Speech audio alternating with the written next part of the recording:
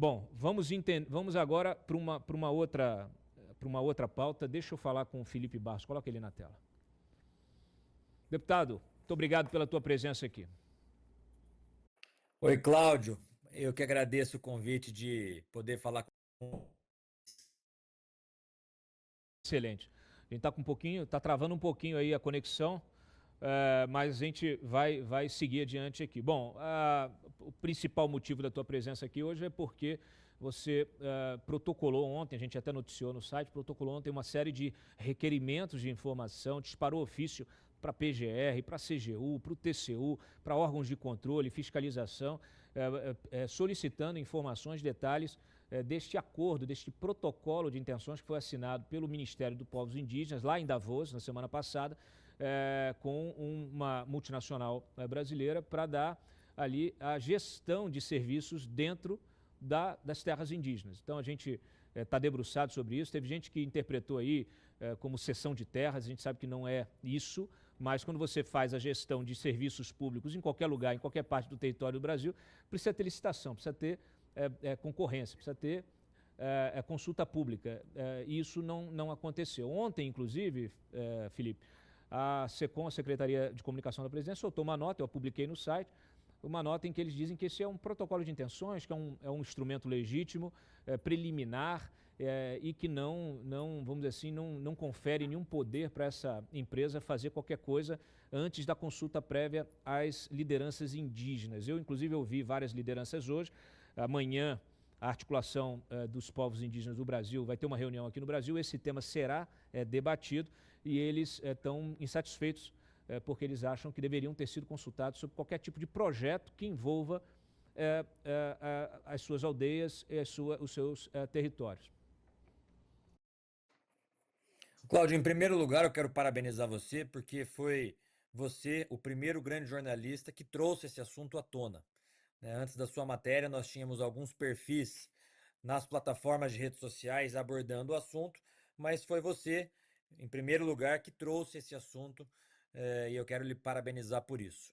Então é importante que quem está nos acompanhando saiba, né? Esse protocolo de tensões, como você disse, foi assinado em Davos pelo secretário executivo do Ministério dos Povos Indígenas com os representantes da empresa Ambipar para que se faça a gestão de serviços públicos em 14% do território nacional, uma área equivalente a 1 milhão de quilômetros quadrados, aproximadamente a França e a Inglaterra juntas, que são as áreas de território indígena do nosso país. Algumas questões precisam ser colocadas. A primeira delas, a falta de transparência, né? Isso deveria ter sido feito através de uma concorrência pública, um processo licitatório, e não escolhido uma empresa a dedo e fazendo um protocolo de intenções. Primeiro ponto. Segundo ponto, nós estamos pedindo a íntegra desse protocolo de intenções, porque veja, se o governo federal correu para dizer que era fake news e que se tratava apenas da gestão de serviços públicos, nós temos que colocar alguns pontos.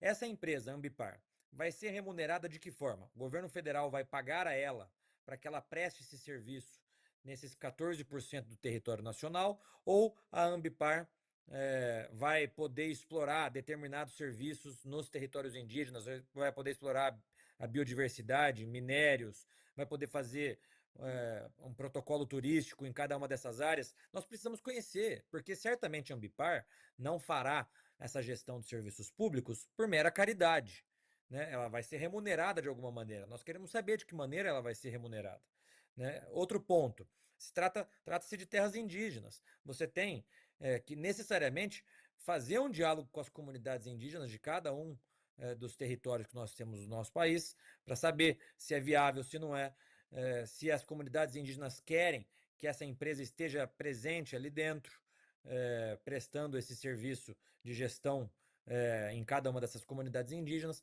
Ou seja, a coisa é mais complexa do que nós podemos imaginar. E eu quero trazer o ponto que envolve a nossa soberania nacional, né? Nós temos 14% de território indígena no nosso país, que são áreas riquíssimas em biodiversidade, em minérios, e nós teremos ali uma empresa que estará ali dentro de cada um desses territórios indígenas, sabendo exatamente tudo que se passa ali dentro, o que nós temos das nossas riquezas, né? E alguns dizem o seguinte: olha, é uma empresa brasileira, então não teria problema nenhum na soberania nacional. Eu estou terminando, Cláudio, um mapeamento das pessoas que compõem essa empresa. e eu posso já de antemão afirmar para você que boa parte das pessoas que compõem a diretoria da Ambipar tem ligações profundas com ONGs internacionais, aquelas mesmas ONGs que nós já estivemos aqui no teu programa conversando, que atrapalham o desenvolvimento do Brasil, que estão lá na Amazônia, atrapalhando o desenvolvimento daquela região. Então, você veja, é óbvio que há um conflito e que coloca em perigo a nossa soberania nacional, né? Mesmo que a empresa seja brasileira, os seus diretores, me parecem que boa parte deles não tem um compromisso com o desenvolvimento do nosso país e com a soberania e com a segurança nacional. Você tocou num assunto que a gente já trouxe aqui antes, eu quero até te perguntar em que pé que ficou o teu projeto, porque essas ONGs, a gente sabe, elas têm, são ONGs internacionais, sempre, ou nacionais financiadas por recursos internacionais, países, organizações aí desses metacapitalistas tipo Jorge Soros, a gente percebe que eles conseguem tracionar no debate público brasileiro, participar da construção de política pública, fazer um lobby, muitas vezes oculto e ilegal. Quer dizer, a gente precisa tornar esse lobby ilegal, porque é um lobby externo, né, que não tem nada a ver com o interesse nacional. E esse lobby tem como consequência o congelamento do nosso poder econômico. É esse lobby que faz, por exemplo, como que o IBAMA fique criando resistência à exploração do petróleo na foz do Amazonas, lá na margem equatorial, enquanto a Guiana, nosso vizinho, já está explorando há muito tempo e está batendo recorde Sim. de PIB. Esse mesmo tipo de agenda de congelamento econômico que impede que a gente explore as nossas riquezas minerais, com consciência ambiental, lógico, com responsabilidade, lógico, mas a gente precisa explorar as nossas riquezas para desenvolver o país, para fazer crescer, por exemplo, o norte do país, que é uma região que ela é a região mais pobre, talvez a mais rica do país, é a mais pobre, né, do IDH baixíssimo, é a única região que ainda apoia esse presidente que nós temos.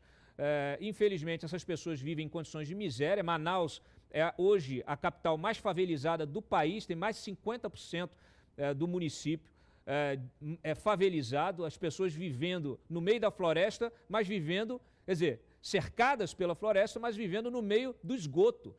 Então, assim, não é possível a gente tolerar essa agenda e esse tratamento que dão para os indígenas, de achar que o indígena tem que ser tratado como bicho. Quer dizer, o índio ele não pode comer por conta própria, não pode caçar mais, ele tem que receber a comida de fora, né? A cesta básica, o medicamento dele é de fora, o ensino dele é de tudo é alguém dando, é o Estado, ou é uma ONG, é alguma coisa.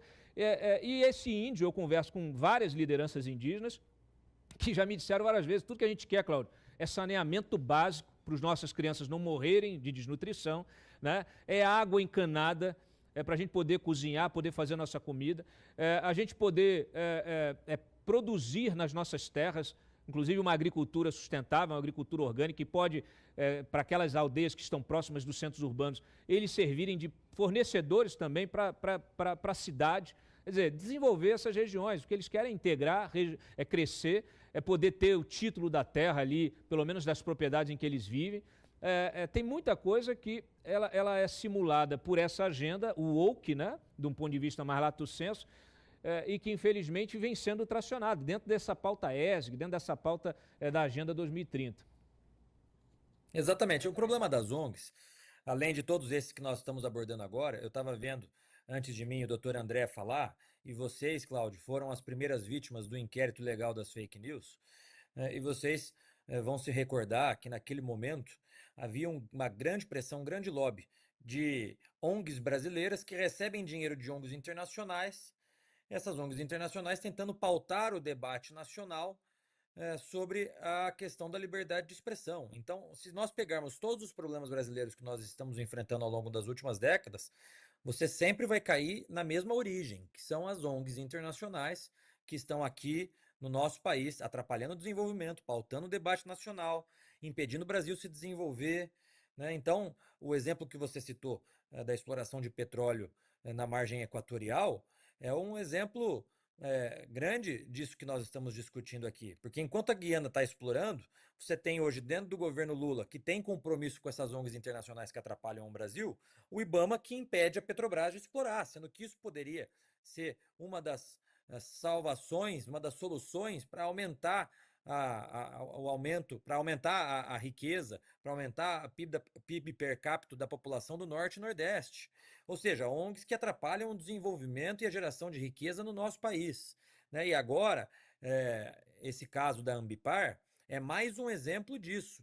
Porque, repito, assim que eu finalizar, eu passo para você, Cláudio, em primeira mão, mas a diretoria, as pessoas que compõem essa empresa chamada Ambipar, têm ligações profundas com essas mesmas ONGs que estão atrapalhando o desenvolvimento do nosso país, atrapalhando a geração de riqueza por parte da população brasileira.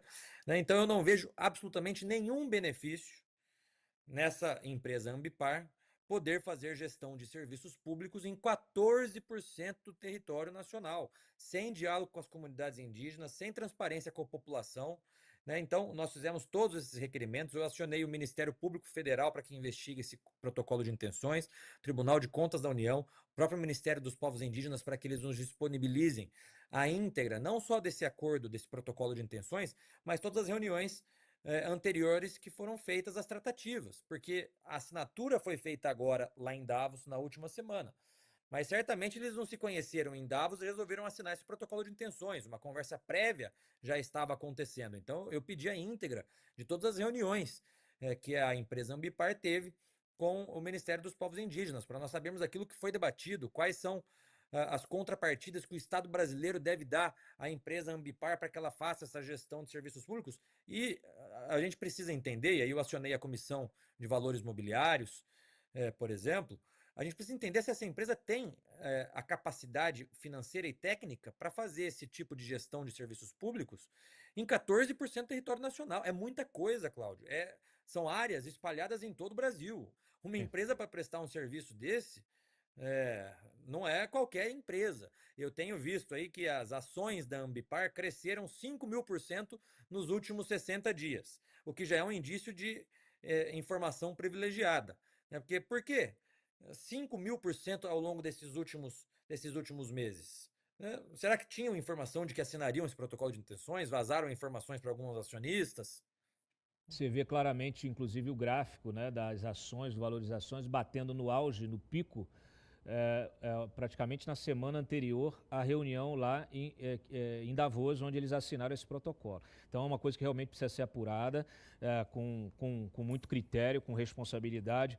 Eu quero parabenizar o teu trabalho e espero, volto aqui, como é que anda o teu PL aí do negócio das ONGs? Você acha que consegue voltar com ele aí no retorno do recesso? Sim, eu quero passar aqui para vocês em primeira mão, Cláudio. O nosso projeto das ONGs, até o ano passado, ele havia sido despachado para a Comissão de Serviços Públicos e Administração lá da Câmara dos Deputados. Era uma comissão que nós não tínhamos maioria. Então, optei naquele momento, fazer um trabalho de bastidores, conversando com algumas lideranças partidárias, e conversei no final do ano passado com o possível novo presidente da Câmara, o deputado Hugo Mota, que se comprometeu comigo em, ao ganhar a eleição, nós criarmos então uma comissão especial para que esse projeto seja debatido e tão logo a comissão especial debata, ele vá direto ao plenário. Eu optei pela comissão especial porque nós temos na comissão especial a possibilidade de escolher com cada um dos partidos deputados que tenham um alinhamento prévio com a pauta da soberania nacional, com a defesa do nosso país. Né? Então, aprovando na comissão especial, ele automaticamente já iria ao plenário. Falei com o Hugo, inclusive, na semana passada pelo telefone. Ele me ligou querendo reafirmar o compromisso dele conosco. E eu, mais uma vez, lembrei a ele, né? Compromisso é sempre bom relembrar. Falei, ó, tem o nosso projeto das ONGs que você se comprometeu a pautar através de uma comissão especial e ele deu a garantia de que isso vai acontecer. Excelente. Essa informação, inclusive, do Hugo Mota, dele ter se comprometido com a agenda de vocês, ela é fundamental, até para que a nossa audiência, o pessoal que está nos assistindo, entenda como é que funciona a política e a costura que foi feita, né, por todas as grandes bancárias, as lideranças, em torno da candidatura do Hugo Mota, tanto no Hugo Mota aí na Câmara, como também lá do Alcolumbre no Senado. Né? Tem muito ruído nesse debate, mas é política, deputado. Eu tenho dito que sempre é o cenário ideal, aquilo que nós gostaríamos que fosse. Outra coisa é a política real, aquilo que ela é, que muitas vezes não tem como nós mudarmos. Né? Nós só teríamos condições de mudar esse cenário se nós tivéssemos uma bancada de 257 deputados e 42 senadores. A política do dia a dia é a política que você tem que sentar com quem pensa diferente de você, para que o seu projeto avance. É isso que eu tenho feito ano passado, na liderança da oposição, Cláudio. Eu conversei com mais de 150 deputados dos partidos de centro e até dos partidos que compõem a base do governo, convencendo esses parlamentares sobre a importância da pauta da anistia dos presos do dia 8 de janeiro. Se nós não fizermos esse trabalho de formiguinha ali dentro, nenhuma das nossas pautas avança. Eu tive aqui com a Carol Detoni. Inclusive, quando você estiver de volta a Brasília, vamos fazer uma conversa mais longa aqui no sofá. Eu tive com a Carol no final do ano passado, ela me trouxe aqui todos os avanços que ela conseguiu lá na Comissão de Constituição e Justiça, né, que ela presidiu. Então, como que é importante você, na prática da política, ter a visão estratégica para conseguir avançar, né? Você não vai conseguir, muitas vezes, correr o campo inteiro, né, ali comparando um pouquinho com o futebol americano, mas se você avança algumas jardas, já é uma grande coisa. É melhor do que não estar jogando dentro do campo, não é verdade? Deixa eu aproveitar e te perguntar, para a gente encerrar. Hoje vai ser mais curto, porque eu tenho aqui o Romeu Zema daqui a pouco. Governador Zema. O governador Romeu Zema. Eu quero, inclusive, te deixar aqui, se você quiser deixar uma pergunta para ele, deixa a pergunta aqui, eu faço assim que ele chegar. Mas eu queria um pouquinho a tua visão, aproveitar a tua visão, você circula bem com todo mundo, a tua visão de cenário de 2026, até porque tem muita gente aí, né, a gente sabe que o Senado vai ser fundamental. Eu estou ouvindo aí que o teu nome pode vir para o Senado também, via Paraná. A gente tem um contexto de enfrentamento aí com essas pautas de Supremo, etc. Então é importantíssimo a eleição para o Senado em 2026. E um pouquinho da tua avaliação sobre esse contexto aí do Jair Bolsonaro inelegível, a direita anda um pouco dispersa, me parece que o pessoal está brigando muito e sem entender que é preciso organizar o jogo já, porque eleição presidencial é um negócio complicado, você precisa ter palanques todos já prontos, né, nos estados, ter as chapas com as candidaturas ao Senado, com as candidaturas aos governos estaduais. Então, um pouquinho também do teu aconselhamento aí à turma da direita nesse momento. Tava e está acontecendo ainda muitas divergências que viram públicas, né? Porque você tem uma ala que é mais liberal, uma ala que é mais conservadora, uma ala nacionalista, enfim, você tem várias alas da direita.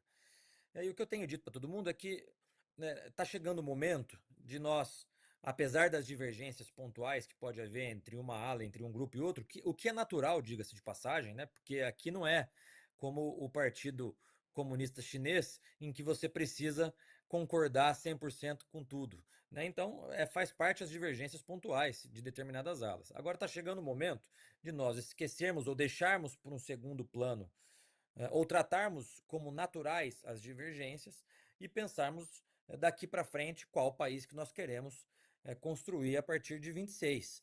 Né? Sem sombra de dúvidas, o presidente Bolsonaro tem ampla liderança. Eu acredito que ele consiga reverter a inelegibilidade, uma vez que não tem qualquer respaldo jurídico as duas inelegibilidades em que ele foi condenado. Portanto, eu acredito que no momento certo ele consiga reverter isso perante ao TSE. E, de qualquer forma, nós precisamos, como você disse, pensarmos nos palanques estaduais, montarmos quem será o candidato a governador, quem será os candidatos a senadores em cada um dos estados, porque é isso que dá capilaridade a uma campanha nacional. Né? As pessoas têm que compreender que a formação desses blocos em cada estado brasileiro é aquilo que vai fazer com que haja capilaridade numa campanha nacional. Você mobiliza a população, mas você mobiliza prefeitos, vereadores, uma campanha de governador, sempre junto com campanha de senadores. Né? Aqui no Paraná, especificamente, o governador Ratinho, ele é muito próximo, aliado, não só meu, mas do próprio presidente Bolsonaro, são amigos pessoais. Eu e o presidente Bolsonaro, vocês sabem que nós temos uma relação de amizade desde antes de eu ser vereador na cidade de Londrina. Eu era vereador, eu ia para Brasília, ficava hospedado dentro do apartamento funcional do presidente Bolsonaro, e eu e ele temos conversado há aproximadamente um ano sobre uma possível candidatura nossa ao Senado. Claro, eu sempre dependo, estou junto com o presidente Bolsonaro, mas essa conversa já está bem alinhada, tanto com o governador Ratinho, quanto com o PL e o próprio presidente Bolsonaro. O Senado, tenho certeza que por ser a casa revisora da República, por ser a casa que constitucionalmente ela é responsável por fazer os freios e contrapesos do Supremo Tribunal Federal, vai ter uma importância gigantesca e vai ser o grande foco das campanhas de Senado em 2026. Perfeito. Só para encerrar, deixa eu pedir para o André entrar aqui, que ele tem uma pergunta para ti, e aí a gente, na sequência, já se despede, tá? André, fica à vontade. Tudo bom, deputado? Bom dia, prazer falar contigo. Doutor André, prazer é meu. E olha, a minha pergunta é mais um comentário que eu vou deixar no ar. Deixo no ar e vou-me embora. Mas o comentário é o seguinte: quer dizer, a depender então, deputado, da resposta a esses requerimentos todos, é possível pensar que o governo está explorando até índio. Quer dizer, é uma pauta tão cara à esquerda, não é? A proteção das minorias, etc. Quer dizer, pode ser que a proteção das minorias agora seja uma pauta de direita, até isso a esquerda perderá, deputado? Com certeza, doutor André.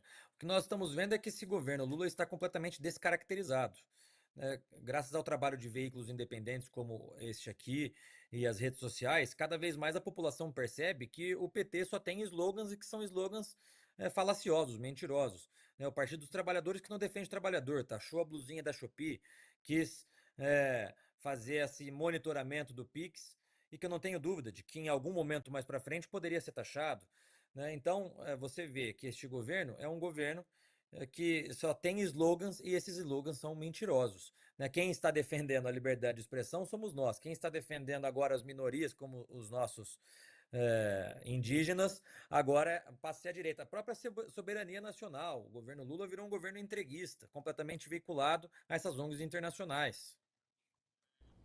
Excelente. Bom, eu preciso me despedir de ambos. André está entrando lá na Gazeta agora. Felipe, obrigado mais uma vez. Voltando do recesso, vamos marcar uma aqui, tá? Grande abraço aí, parabéns pelo trabalho. Combinado. Obrigado, Cláudio. Obrigado, doutor André. Um prazer falar com vocês. Obrigado, abração. Tchau, tchau.